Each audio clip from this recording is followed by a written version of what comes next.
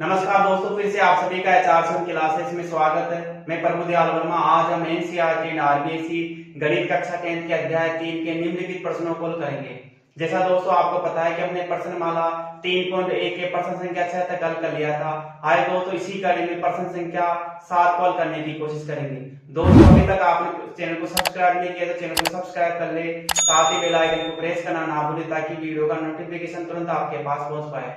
दोस्तों अगर वीडियो पसंद आए तो वीडियो को लाइक एंड शेयर जरूर करें। आइए दोस्तों इसी कड़ी में प्रश्न संख्या 7 को समझने की कोशिश करते हैं। प्रश्न संख्या 7 क्या कहती है कि समीकरणों x माइनस वाई प्लस 1 बराबर 0 और 3x प्लस 2y माइनस 12 बराबर 0 का ग्राफ खींचना है। दोस्तों कहीं ना कहीं अभी सभी प्रश्नों को हल कर लिया, मैंने इसके परिचय को भी बताया दोस्तों, तो अब कहीं ना कहीं आसान तरीके से इस प्रश्न को हल करने की कोशिश करेंगे। दोस्तों आगे क्या कहता है, एक्स अक्ष और इन रेखाओं से बने त्रिभुजों की शीर्षों, जो भी दोस्तों अपने ग्राफ खींचेंगे, ग्राफ में जो शीर्ष प्राप्त होगा किस पर दोस्तों, एक्स अक्ष पर। तो एक्स अक्ष पर जो ग्राफ अपने को पता होगा दोस्तों, उसके शीर्षों को क्या निर्देशांक ज्ञात करना है दोस्तों, और त्रिभुजाकार पटल को छायांकित करना है। तो दोस्तों ये सभी बात की बातें दोस्तों पहले प्रश्न को हल करने की कोशिश करते हैं। प्रश्न का हल क्या कहता है दोस्तों, बहुत आसान तरीके से समझने की कोशिश करेंगे। दोस्तों लिखेंगे दिया गया रैखिक समीकरण युग्म लेने पर, लो दोस्तों रैखिक समीकरण युग्म की क्या दे रखा है, युग्म x माइनस वाई प्लस 1 बराबर 0। इसी प्रकार एक दे रखा है दोस्तों 3x प्लस 2y माइनस 12 बराबर 0। तो दोस्तों कहने का अपने को पहले रैखिक समीकरण युग्म दे रखा है, इसको करना क्या है दोस्तों, इसका ग्राफ ये निरूपण करना है। तो दोस्तों में इसे लिखेंगे दी गई रैखिक समीकरण का आलेख खींचने पर। दोस्तों क्या खींचेंगे, इसका आलेख खींचने पर। अब दोस्तों आपको पता है कि किसी भी समीकरण युग्म का आलेख खींचते तो कम से कम क्या है, हम दो सारणी बनाएंगे, समीकरण दो की दो सारणी बनाएंगे। दोस्तों कम से कम दो मान चाहिए, तो दो मान चाहिए कि दोस्तों, तो अपने को समीकरण कौन सी लेंगे, सबसे पहले फर्स्ट लेंगे समीकरण फर्स्ट क्या कहेगा दोस्तों, कम से कम सारणी में कितने मान चाहिए, दो मान चाहिए। इसी प्रकार समीकरण दो में क्या है, इसमें भी तो कम से कम दो मान लेंगे। उन मानों के आधार पर दोस्तों हम क्या करेंगे, ग्राफ का निर्माण करेंगे। आइए दोस्तों समीकरण एक को लेते हैं। दोस्तों समीकरण एक x माइनस वाई प्लस 1 बराबर 0। तो दोस्तों कहीं ना कहीं समीकरण एक में कम से कम दो मान ज्ञात करते हैं। दोस्तों आसान तरीके से आसान मान रखते हुए समीकरण को ज्ञात करते हैं। दोस्तों ये दोस्तों सारणी हो गई।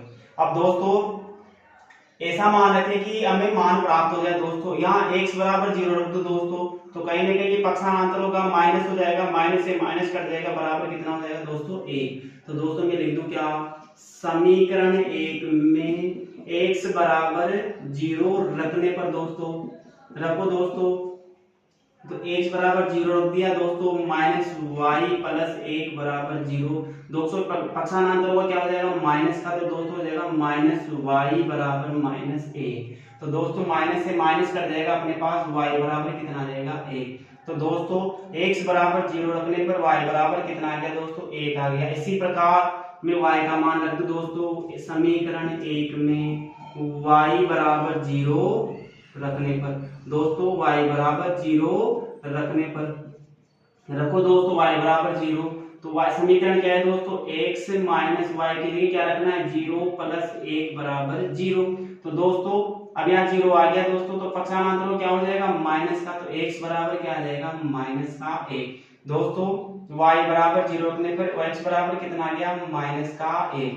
तो दोस्तों कहीं ना कहीं अपने समीकरण एक के सारणी में हम दो मान आ गए दोस्तों। इसी प्रकार समीकरण दो को लेते हैं दोस्तों, समीकरण दो को यहां लेते हैं दोस्तों। समीकरण दो में भी कितने मान चाहिए दोस्तों, दो मान चाहिए, तो समीकरण दो को लेते हैं। समीकरण दो क्या है दोस्तों, 3x प्लस 2y माइनस, अब दोस्तों यहाँ देखो ये माइनस का कितना है 12, अगर ये पक्षांतर हो क्या हो जाएगा दोस्तों, प्लस के 12। तो कहीं ना कहीं दोस्तों ऐसा लिखा जा सकता है क्या, 3x प्लस 2y बराबर कितना हो जाएगा 12। दोस्तों ये आसान रह जाएगा समीकरण के मान को हल करने के लिए। दोस्तों तो दोस्तों इसके भी कम से कम कितने मान चाहिए दोस्तों, 2 मान को ज्ञात करना है। अब दोस्तों ऐसा मान रखना है ताकि क्या है 12 इनसे क्या है या 3 से डिवाइड हो जाए या 2 से डिवाइड हो जाए। दोस्तों समझना मेरी बात को कि 1 से की जगह आप 1 रखते हो दोस्तों, तो 1 से कितना गुणा होगा दोस्तों, 3। 3 1 से गुणा होगा, कितना हो जाएगा दोस्तों, 3। तो 3 1 से गुणा कितना हो जाएगा, पक्षांतर में 12 माइनस 3 बराबर 9। दोस्तों हम जानते हैं कि ये 2 से डिवाइड नहीं होता। अगर आप ऐसा करोगे दोस्तों तो क्या हो जाएगा, अंश और हर में भिन्न में संख्या प्राप्त हो जाएगी। तो ऐसा नहीं करना है दोस्तों, ऐसा मान रखो ताकि क्या है ये डिवाइड हो जाए शेष। तो दोस्तों मैं 1 रखूंगा तो कितना आ जाएगा, 9। नहीं दोस्तों यहाँ 1 नहीं रखेंगे, 2 रखने पर दोस्तों, तो x बराबर 2 रखो दोस्तों, 3 दूनी 6। अच्छा 12 में 6 गई तो दोस्तों कितना रह जाएगा शेष, 6। 6 2 से डिवाइड होता है दोस्तों, यहाँ 2 रखा जा सकता है। तो x बराबर 2 रखने पर दोस्तों क्या आ जाएगा, समीकरण 2 में x बराबर 2 रखने पर रखो दोस्तों, रख पर तो दोस्तों x बराबर कितना रखना है, 2 रखो दोस्तों, तो कितना हो जाएगा 3 गुणा 2 प्लस 2y बराबर 12। दोस्तों इस रकम करोगे तो क्या हो जाएगा, ये आएगा दोस्तों अपने पास 2y बराबर 12 माइनस 6। तो कहीं ना कहीं y कितना होगा, 6/2 बराबर 3। तो x बराबर 2 रखने पर y बराबर कितना हो गया दोस्तों, 3 प्राप्त हो गया। इसी प्रकार दोस्तों में समीकरण 2 में y बराबर 0 रखने पर, अब 0 क्यों रख रहा हूं दोस्तों, इधर देखो कि 0 रख दूंगा दोस्तों कहीं ना कहीं तो ये शून्य हो जाएगा और 3 किससे 12 किससे डिवाइड हो जाएगा, 3 से डिवाइड हो जाएगा दोस्तों, अपना प्रश्न यहाँ आसान हो जाएगा। तो दोस्तों y बराबर 2, ये कितना हो जाएगा दोस्तों, y 2 किससे गुणा होगा, 0 से बराबर 12। तो कहीं ना कहीं 0 हो गया दोस्तों। अब बचा क्या, 3x बराबर 12। तो मैं इसे लिख सकते हैं कि दोस्तों 3x प्लस 12। तो इसे हल करोगे दोस्तों x बराबर हो जाएगा 12/3 बराबर कितना आ जाएगा, 4। तो दोस्तों कहीं ना कहीं आप y का मान क्या रखोगे, 0 रखने पर x बराबर कितना गया, 4 प्राप्त हो गया। तो दोस्तों कहीं ना कहीं हमें समीकरण युग्म के क्या है, दोनों अपने स्थान ही प्राप्त हो गए, तो 2 मान प्राप्त हो गए दोस्तों। इन्हीं मानों के आधार पर अब क्या करना है, ग्राफ का निर्माण करना है। आइए दोस्तों ग्राफ खींचते हैं, ग्राफ का निर्माण करते हैं। दोस्तों समय अधिक ना लगे इसलिए पहले ग्राफ बना लिया दोस्तों। अब कुछ भी नहीं करना दोस्तों, जैसा हमने अपने सरलता से मान ज्ञात किए, उन सरलता से उन मानों को क्या है दोस्तों ग्राफ में प्रदर्शित करना है दोस्तों। अब देखो सारणी में देखो 2 मान दे रखे हैं दोस्तों, इन दोनों मानों को क्या है दोस्तों ग्राफ में प्रतिस्थापित करना है दोस्तों। तो दोस्तों x बराबर कितना है दोस्तों, 0 और y बराबर कितना है दोस्तों, 1। तो दोस्तों कहीं ना कहीं बिंदु यहाँ x बराबर ये आ जाएगा दोस्तों, y बराबर कितना है, 1। तो दोस्तों कहीं ना कहीं बिंदु ये यहाँ आएगा। इसी प्रकार दोस्तों x बराबर कितना है, -1 और y बराबर कितना है दोस्तों, 0। तो दोस्तों x बराबर -1 और 0 कितना है, यहीं पे प्रदर्शित होगा दोस्तों। तो ये बिंदु यहाँ प्रदर्शित होगा दोस्तों। इसी प्रकार दोस्तों सामने नंबर 2 में देखो x बराबर कितना है, 2। ये दोस्तों यहाँ बिंदु है, y बराबर कितना है दोस्तों, ये यहाँ बिंदु ये प्रदर्शित होगा दोस्तों। दोस्तों आप सभी इन प्रश्नों को बहुत आसान तरीके से कर सकते हैं दोस्तों। एक बार क्या है निरंतर अभ्यास कर ले दोस्तों। इसी प्रकार x बराबर कितना है, 4। तो दोस्तों x बराबर 4, y बराबर कितना है, 0। तो दोस्तों कहीं ना कहीं बिंदु ये यहाँ प्रदर्शित करेगा। अब दोस्तों करना कुछ भी नहीं, इन बिंदुओं को मिलाना है दोस्तों, इनका मिलान कीजिए। तो दोस्तों कहीं ना कहीं बिंदु यहाँ प्रदर्शित होंगे दोस्तों आप स्केल की सहायता से इनको मिलाओगे दोस्तों तो बहुत आसान तरीके से, सरलता से, अच्छे तरीके से मिल जाएंगे दोस्तों। ये बिंदु यहाँ प्रदर्शित करेंगे दोस्तों। अब जैसा आपने मान लिखा है दोस्तों उसी को लिख दो, क्योंकि अपने को क्या है प्रश्न में दे रखा है कि x अक्ष और इन रेखाओं से बने त्रिभुजों के शीर्षों को क्या देना है दोस्तों, शीर्षों के निर्देशांक पता करना है दोस्तों। तो शीर्षों के निर्देशांक पता करने के लिए दोस्तों इनका मान रखता हूँ दोस्तों। यहाँ बिंदु क्या था मेरे पास, ये देखो -1 और 0 है दोस्तों। इसी प्रकार दोस्तों यहाँ बिंदु क्या है, यहाँ है दोस्तों 2 और 3, ये 2 और 3। और यहाँ बिंदु क्या है दोस्तों, बिंदु x कितना है दोस्तों, x 4 और y कितना है, 0। अब दोस्तों अपना प्रश्न क्या है आसान तरीके से हल हो गया दोस्तों। अब प्रश्न अगला देखो दोस्तों क्या कह रहा है कि ज्ञात कीजिए, ज्ञात करने के बाद त्रिभुजाकार पटल को छायांकित करना है दोस्तों। अब जो भी अपना त्रिभुज बन रहा है x अक्ष पर देखो दोस्तों तीनों बिंदुओं पर 1 2 कहीं ना कहीं ये त्रिभुज अपने को प्राप्त हो रहा है दोस्तों। यहाँ देखो दोस्तों एक त्रिभुज प्राप्त हो रहा है दोस्तों। एक प्रश्न का तो क्या है दोस्तों, निर्देशांक देना है दोस्तों। मैं कोई भी बिंदु इसका दे सकता हूँ, आप बिंदु कोई भी लिख सकते हो दोस्तों। मैं यहाँ लिखता हूँ बिंदु P Q और R। मान लो कोई त्रिभुज है P Q R हो गया दोस्तों, ये अपने को त्रिभुज प्राप्त हो गया। इसी त्रिभुज को क्या करना है दोस्तों, छायांकित करना है। तो दोस्तों कहीं ना कहीं मैं इसको छायांकित कर दूंगा दोस्तों। रेखाओं द्वारा क्या कर दिया, मैंने इसको छायांकित कर दिया दोस्तों। आप स्केल की सहायता से बनाओगे तो आपका अच्छे तरीके से बन पाएगा दोस्तों। आसान तरीके से मैंने प्रश्न को समझाने की कोशिश की दोस्तों। आइए प्रश्न पे एक बार और नजर डालते हैं। प्रश्न क्या कहता है कि दो समीकरण दे रखी थी दोस्तों, x माइनस वाई प्लस 1 बराबर 0। इसी प्रकार दोस्तों 3x प्लस 2y माइनस 12 बराबर 0 एक समीकरण दे रखी थी दोस्तों। करना क्या था, इसका ग्राफ खींचना था दोस्तों।